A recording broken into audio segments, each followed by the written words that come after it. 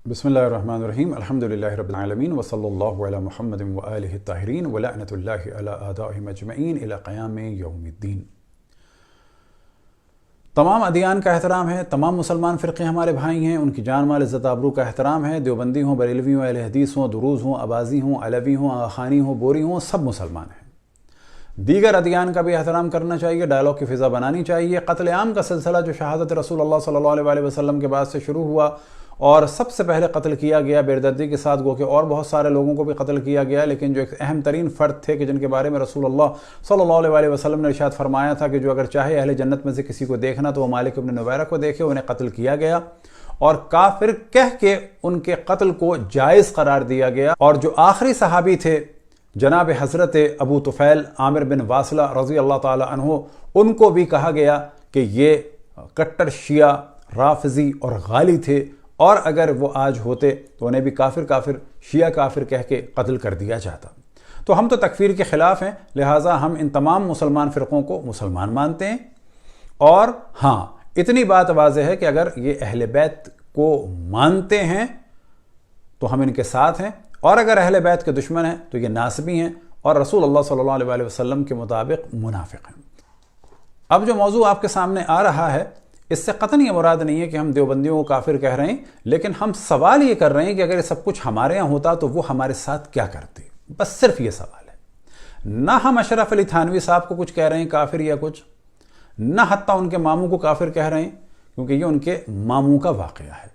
सुनेंगे आप लोग तो आपको ताज्जुब होगा, और बरादरान अहले सुन्नत से कि जो बचपन से सुनते आए कि शिया बच्चे काटते हैं, थूक के पिलाते हैं, ये करते हैं, ये करते हैं, ये करते हैं, कुरान बकरी खा गई, जबकि वो रिवायत हमारे यहाँ कतन नहीं है, वो हज़रत आयशा से नकल हुई। अब आपके सामने है मलफूज़ात हकीमुल उम्मत और इसकी जिल्द नंबर है 9 और सफ़ा नंबर है 211, और यहाँ पर आप फरमाते हैं, मेरे हैदराबादी मामू साहब गो एक आज़ाद दरवेश थे, लेकिन इनकी बातें बड़ी हकीमाना होती थीं। 213 में अशरफ अली थानवी साहब ने कहा है कि मैंने उनसे मिलना मिलाना छोड़ दिया था, तफसील है, लेकिन यहाँ पर उनकी तारीफ़ तो कर रहे हैं। अब वो मिलना मिलाना जो है मुमकिन इस हवाले से था कि उनकी ज़बान काफ़ी खुली हुई थी, तो ये उनको इंसल्ट महसूस होती थी। 212 अब आपके सामने है सफ़ा, तो यहाँ पर फरमाते हैं, एक वाक़या इन्हीं मामू साहब का और याद आ गया और याद आया। हैदराबाद से अव्वल बार कानपुर तशरीफ़ लाए तो चूँकि जले भुने बहुत थे, इनकी बातों से लोग बहुत मुतासिर हुए। अब्दुर्रहमान खान साहब मालिक मतबा निज़ामी भी इनसे मिलने आए और इनके हक़ाइक़ व मारिफ सुनकर बहुत मोतक़िद हुए। बस यहाँ पर मालूम हुआ कि अशरफ अली थानवी साहब भी उनके हक़ाइक़ व मारिफ का इकरार तो कर रहे हैं। आगे क्या गुफ्तगू है, तो ये एक इंडिया के आलिम दीन हैं, बरेलवी मसलक के हैं, फ़ारूक खान रिजवी साहब, उनकी ज़बानी सुने, क्योंकि वो बयान कर चुके हैं और उन्होंने भी बयान किया है, तो ज़ाहिर है अपनी कौम को कुछ बताने के लिए मजबूरन बयान किया है। क्योंकि वो बयान कर चुके हैं तो हम इसको दोबारा बयान नहीं करते। ये मामू जान का किस्सा सुनते हैं, अल-इफ़ादातुल यौमिया जिल्द नंबर 5 और इसका सफ़ा नंबर 127, किस्त नंबर 2। मौलाना थानवी अपने मामू का किस्सा बयान कर रहे हैं। कहते हैं, मेरे हैदराबादी मामू साहब वो एक आज़ाद दुर्वेश थे, लेकिन इनकी बातें बड़ी हकीमाना होती थी। आज़ाद मिजाज के एक दरवेश थे, दुर्वेश थे, लेकिन बातें बड़ी हिकमत से भरी होती थी। अब देखिए, अंडरलाइन पढ़ रहा हूँ, उनकी बहुत सारी तारीफ की उन्होंने। कहते हैं कि उन्हीं मामू साहब का एक वाक़या उन्हीं मामू साहब का और याद आया। हैदराबाद से अव्वल बार कानपुर तशरीफ लाए तो चूंकि जले भुने बहुत थे, उनकी बातों से लोग बहुत मुतासिर हुए। अब्दुर्रहमान खान साहब मालिक मतबा निज़ामी भी उनसे मिलने आए और उनके हक़ाइक़ व मारिफ को सुनकर बहुत मोतक़िद हुए।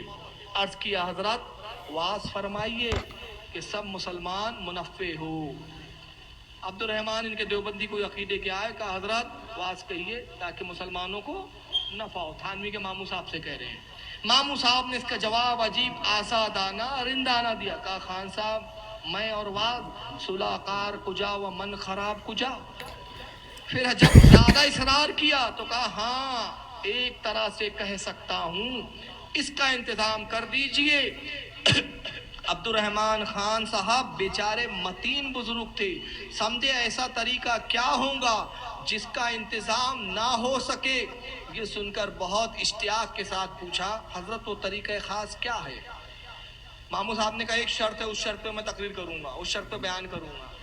تو عبد الرحمان صاحب جو تقریر کے لیے بول رہے تھے کہا اچھا بتائیے حضرت کیا طریقہ ہے, بولیے وہ خاص طریقہ کیا ہے. ماموں صاحب بولے میں بالکل ننگا ہو کر بازار میں ہو کر نکلوں, یہ شرط ہے واز کہنے کی. کیا؟ بالکل ننگا ہو کر بازار میں ہو کر نکلوں, اس طرح کہ ایک شخص تو آگے سے میرے عضو تناسل کو پکڑ کر کھینچے,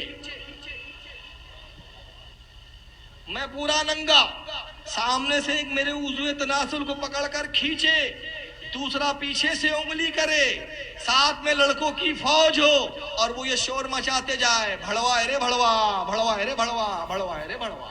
خداوند تبارک و تعالیٰ سے دعا ہے کہ صرف یہ سوچنے کی تمام مسلمانوں کو توفیق عطا فرمائے کہ یہ اگر ہمارے یہاں لکھا ہوتا تو آپ کیا کرتے.